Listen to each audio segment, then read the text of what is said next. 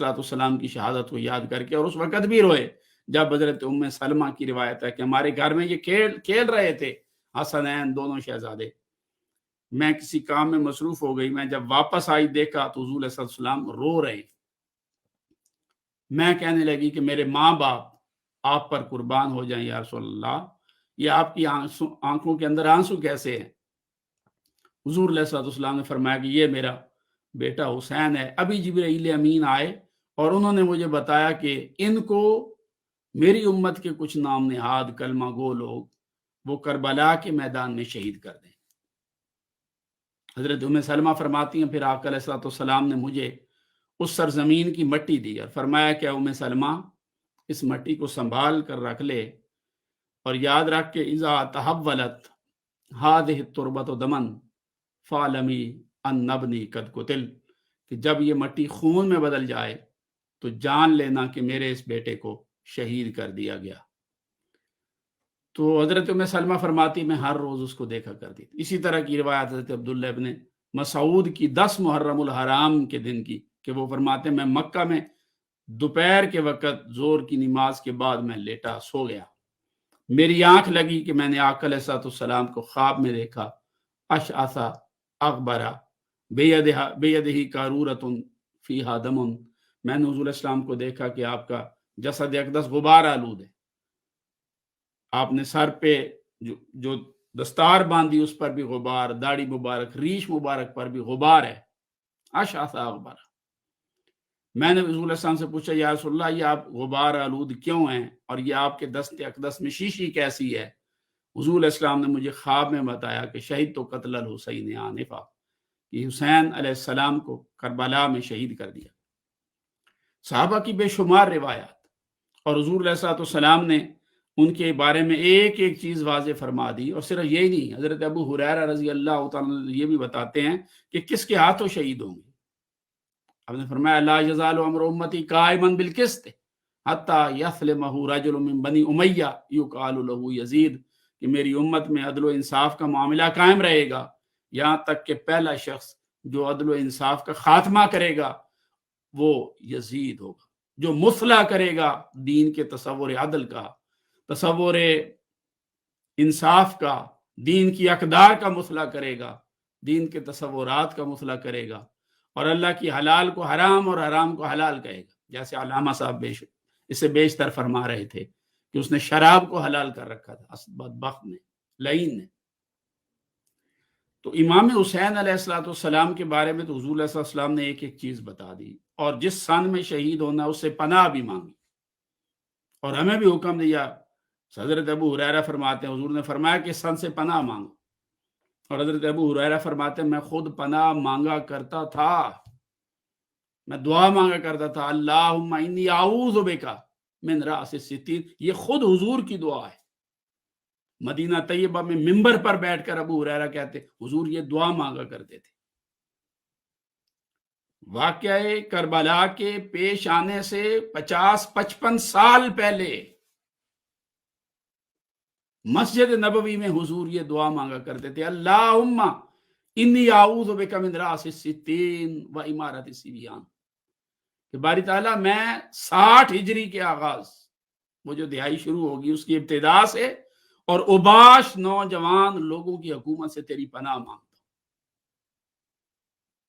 55 سال پہلے، 57 سال پہلے آقا علیہ السلام کا یہ پناہ مانگنا بتا رہا تھا کہ حضور علیہ السلام کی نگاہ نبوت اس وقت کربلا کی اس سرزمین میں تپتے ہوئے صحرا میں اہل بیت پاک کا جھلسنا اور شہید ہونا دیکھ رہی تھی، ان کی پیاس کو بھی نگاہ مصطفیٰ دیکھ رہی تھی، خیموں کا لگایا جانا بھی دیکھ رہی تھی، حضرت علی اکبر کی شہادت بھی دیکھ رہی تھی، حضرت علی اصغر کے سینے میں تیر کا مارا جانا بھی دیکھ رہی تھی، خیموں کا جلایا جانا بھی دیکھ رہی تھی، اور اس پاکیزہ گھرانے کی خواتین کے سروں سے چادروں کا کھینچا جانا بھی دیکھ رہی تھی، اور یہ ساری قیامت صغریٰ دیکھ کر حضور علیہ السلام دعا مانگ رہے تھے باری تعالیٰ میں اس سے پناہ مانگتا ہوں۔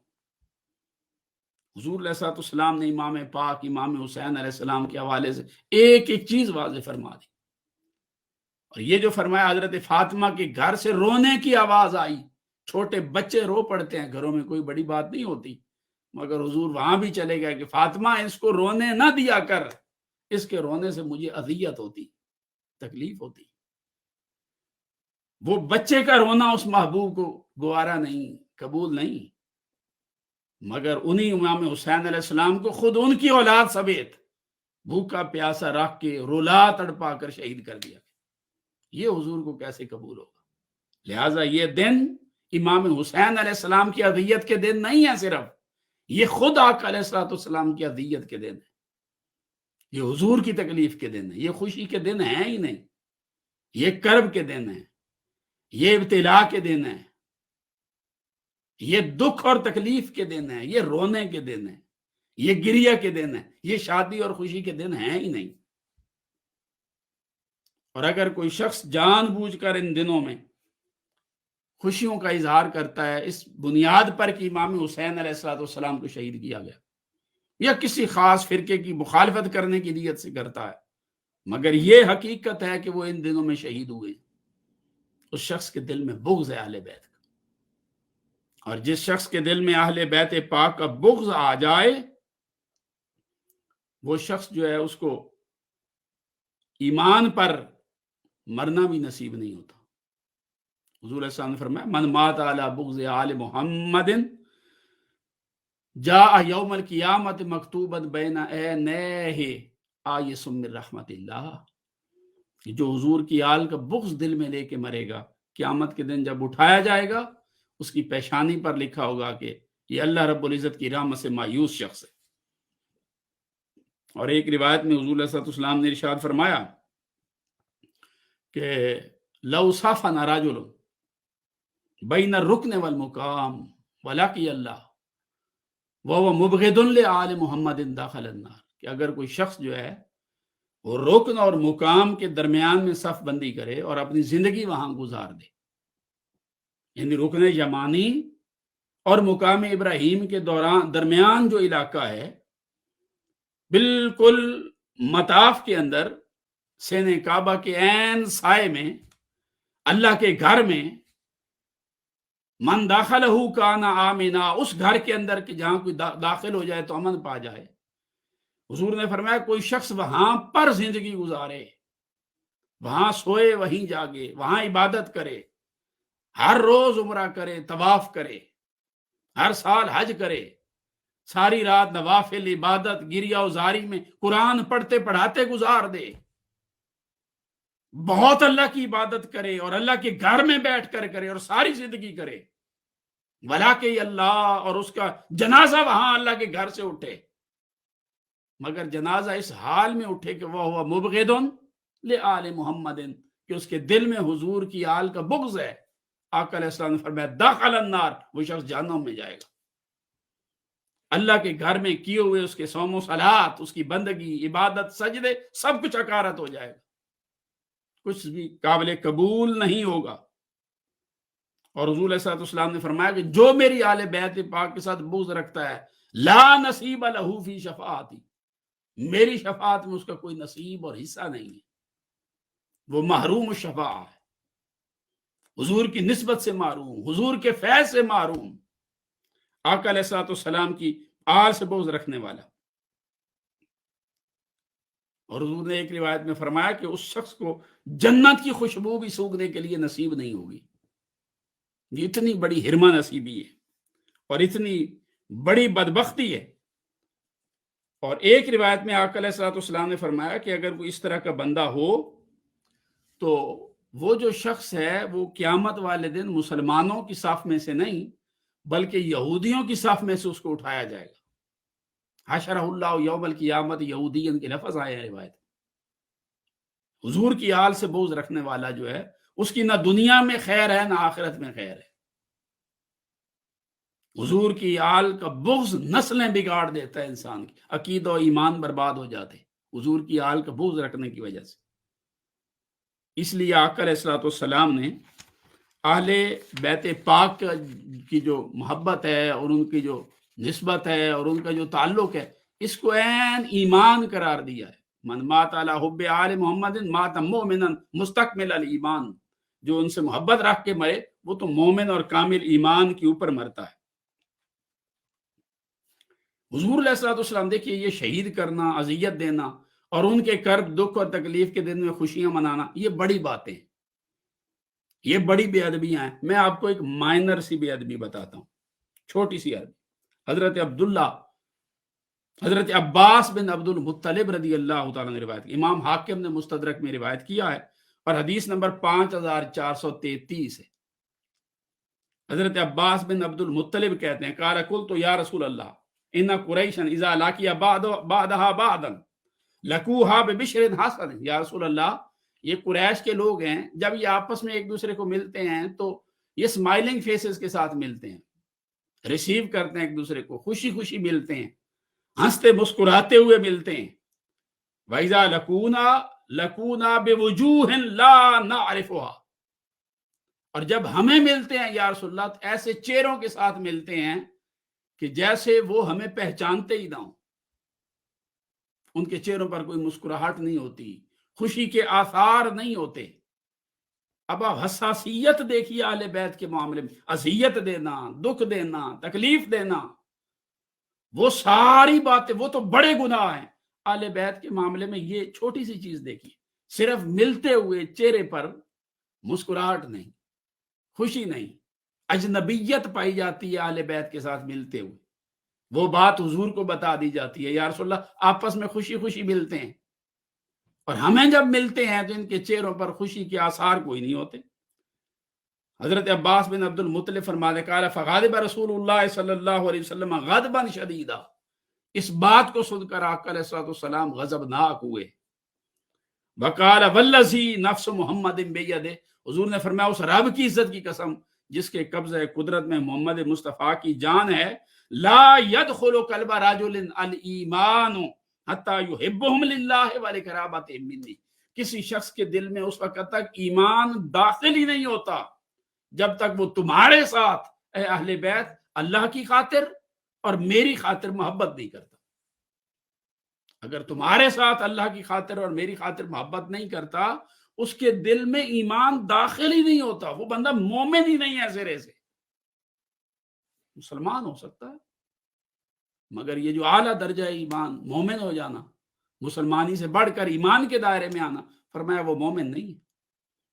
سیم بات ہے جو مولا کائنات علی شیر خدا رضی اللہ تعالیٰ عنہ بھی روایت کرتے ہیں۔ حضور نے ہم سے خطاب کیا خاندان والوں سے، اور حضور صلی اللہ علیہ وسلم نے فرمایا کہ اے خاندان کے لوگوں سن لو، لن يدخل قلب رجل الایمان حتی یحبکم للہ ولقرابتکم منی، کسی شخص کے دل میں ایمان ہی داخل نہیں ہوگا جب تک وہ تمہارے ساتھ اللہ کی خاطر اور میرے ساتھ جو تمہارا رشتہ ہے، تعلق ہے، اس کی خاطر محبت نہیں کرتا۔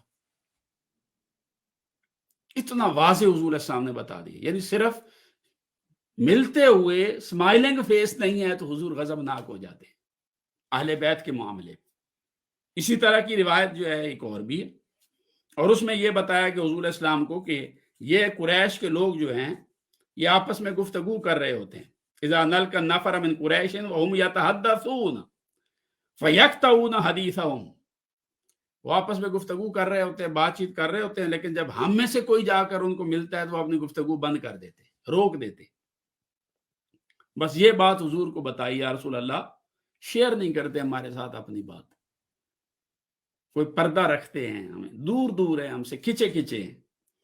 تو حضور علیہ السلام نے یہ بات سنی تو فرمایا ما بال اقوام یتحدثون فاذا راوا الرجل من اہل بیتی قطعوا حدیثهم، ان لوگوں کا کیا حال ہوگا جو میرے اہل بیت کے کسی فرد کو دیکھ کر اپنی گفتگو روک دیتے۔ وہاں پھر یہی بات فرمائی واللہ لا يدخل قلب رجل الایمان حتی یحبهم للہ ولقرابتہم منی، کسی شخص کے دل میں اس وقت تک ایمان داخل نہیں ہوگا جب تک وہ ان کے ساتھ اللہ کی خاطر اور جو میرے ساتھ ان کا رشتہ اور تعلق ہے اس کی خاطر محبت نہیں کریں۔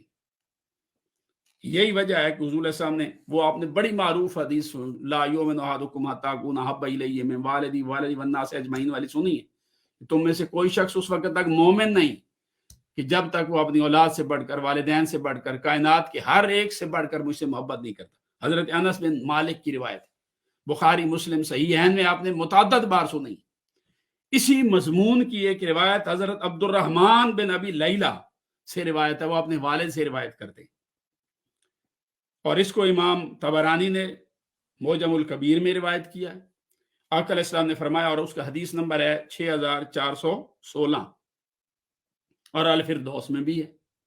آقا علیہ السلام نے فرمایا کہ لا یؤمن عبد حتی اکون احب الیہ من نفسہ، کوئی بندہ اس وقت تک مومن نہیں ہو سکتا جب تک میں اسے اس کے نفس سے، اس کی جان سے زیادہ محبوب نہ ہو جاؤں۔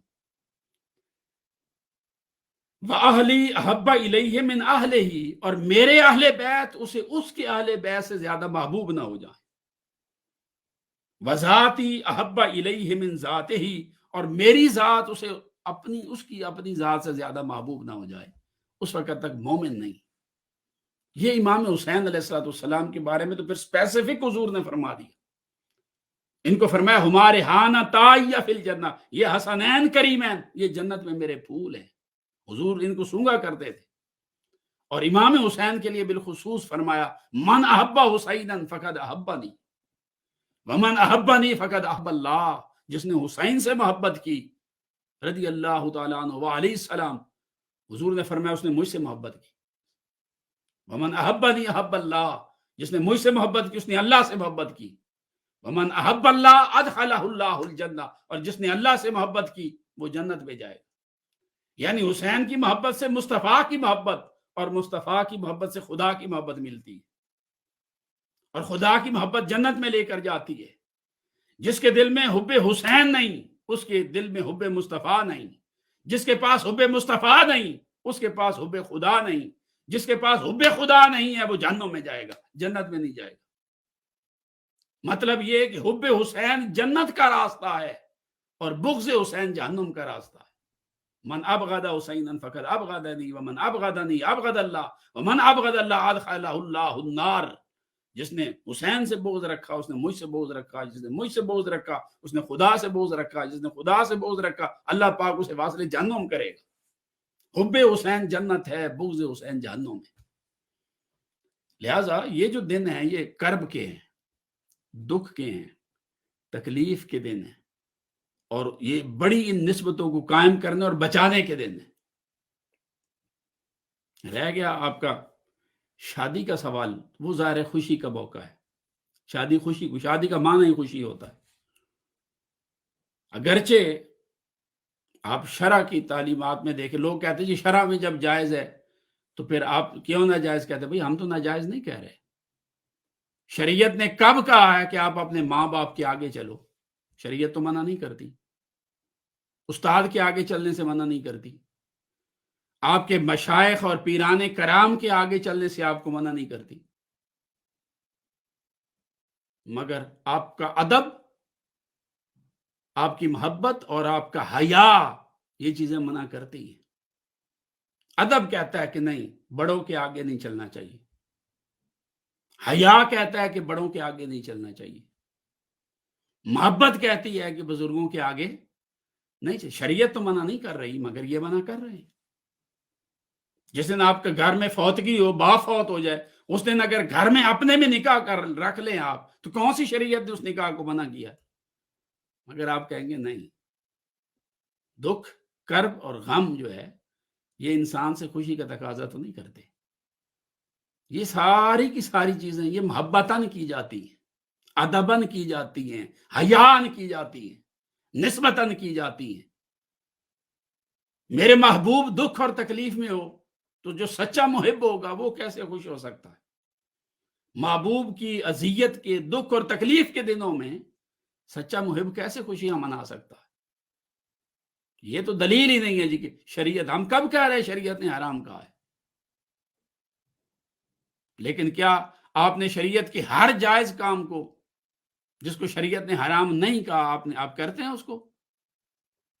کتنے تقاضے ہیں جو آپ شریعت کی بجائے محبت کو دیکھ کے پورے کرتے ہیں، ادب کو دیکھ کے پورے کرتے ہیں، حیا کو دیکھ کے پورے کرتے ہیں۔ یہ تو پھر دن ایسے ہیں۔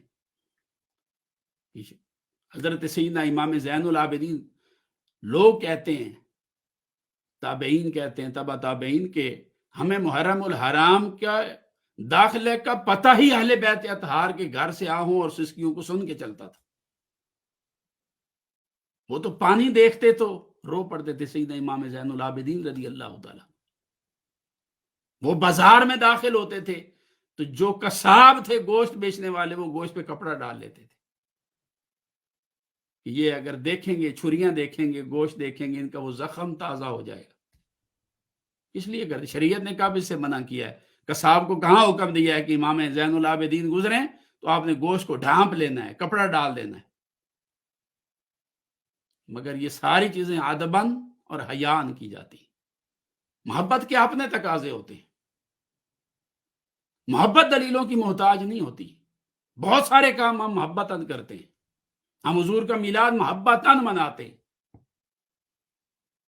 شریعت نے کسی جگہ پر کسی صحابی کو یہ حکم نہیں دیا میرے حبیب علیہ السلام بال کٹوائیں تو آپ نے آپس میں تقسیم کرنے، مگر محبت کا تقاضا تھا، انہوں نے کیے. حضور نے حکم نہیں دیا تھا صحابہ کرام کو کہ آج میں دوران نماز تحویل قبلہ کر لوں گا، میری پشت پھر جائے گی تو تم نے بھی میرے پیچھے سب نے اپنا چہرہ بدل لینا ہے. حضور نے حکم نہیں دیا تھا. مگر قرآن گواہ ہے کہ جب آقا علیہ السلام نے تحویل قبلہ کی مدینہ طیبہ مسجد قبلتین میں اور بیت المقدس کو دوران نماز چھوڑ کر بیت اللہ کو قبلہ بنایا، حضور نے صفوں کو چیر کے جا کے دوسری طرف کھڑے ہو گئے. پہلے حکم نہیں دیا تھا، اللہ نے بھی حکم نہیں دیا تھا کہ میرے محبوب چہرہ پھیرے تو آپ نے بھی پھیرنا ہے. نہ کوئی نص خدا، نص قرآن موجود ہے، نہ حکم مصطفیٰ موجود ہے. نہ حکم خدا نہ حکم مصطفیٰ. دوران نماز چہرہ پھر گئے. اب یہاں پر معاملہ شریعت کے حکم کا نہیں ہے. شریعت کا حکم تو موجود ہی نہیں سرے سے. معاملہ ادب کا ہے، معاملہ محبت کا ہے، معاملہ نسبت کا ہے، معاملہ حیا کا ہے. حضور ادھر کھڑے ہیں، ہمارا اپنا کیا تعلق ہے قبلے کے ساتھ؟ ادباً اور حیاءً سب صحابہ نے چہرے پھیر لیے. شریعت نے نہیں کہا کسی جگہ پر حضور پھیرے تو آپ نے لازمی پھیرنا. حضور کا حکم بھی موجود نہیں، مگر کر رہے ہیں نا صحابہ. قرآن کی آیتیں بعد میں اتری ہیں تحویل قبلہ کے واقعہ کے ہو جانے کے بعد. دوسرا پارہ اٹھا کے دیکھیے، یہ کوئی اس دن آیتیں نہیں اتری، یہ بعد میں اتری ہیں. سَيَقُولُ السُّفَهَاءُ مِنَ النَّاسِ مَا، ان قریب بے وقوف لوگ کہیں گے کہ مسلمانوں کو کیا ہو گیا ہے، ما يَتَوَلَّاهُمْ عَنْ قِبْلَتِهِمُ الَّتِي كَانُوا عَلَيْهَا، جس قبلے پر یہ تھے اس کو انہوں نے کیوں چھوڑ دیا اور بدل دیا. بے وقوف لوگ ایسا کہیں گے. یہ آیتیں بعد میں اتری ہیں. مگر تحویل قبلہ کیا کیوں؟ جب خدا نے حکم نہیں دیا صحابہ کرام کو کہ آپ نے بھی چہرہ بدلنا ہے، حضور نے حکم نہیں دیا کہ آپ نے چہرہ بدلنا ہے، انہوں نے چہرہ کیوں بدلا؟ صرف محبت کی وجہ سے، نسبت کی وجہ سے، ادب کی وجہ سے اور حیا کی وجہ سے، عشق کی وجہ سے بدلا ہے. اور قرآن پاک نے بھی یہی بات جو میں عرض کر رہا ہوں یہی بیان کی ہے.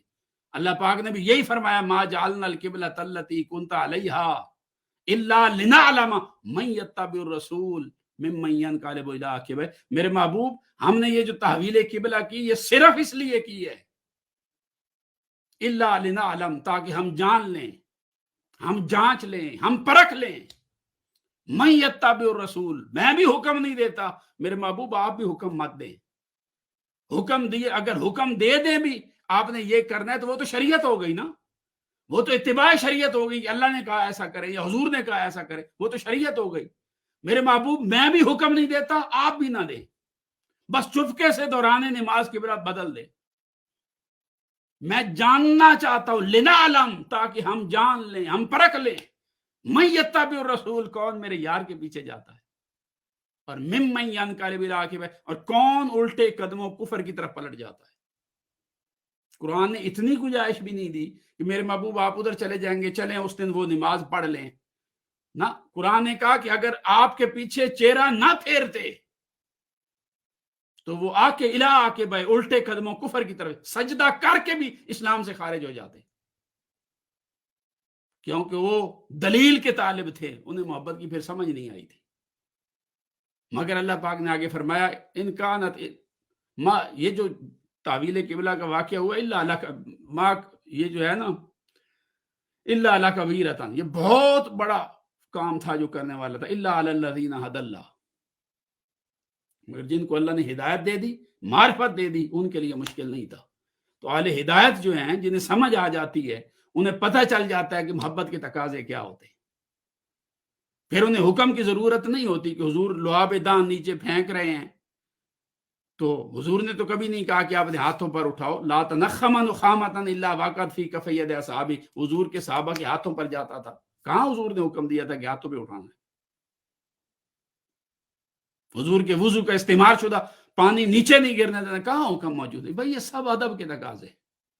اگر نسبت ہے حضور کی آل کے ساتھ تو پھر ان کا غم اپنا غم لگے گا، جس کرب سے وہ گزرے وہ کرب اپنا کرب لگے گا.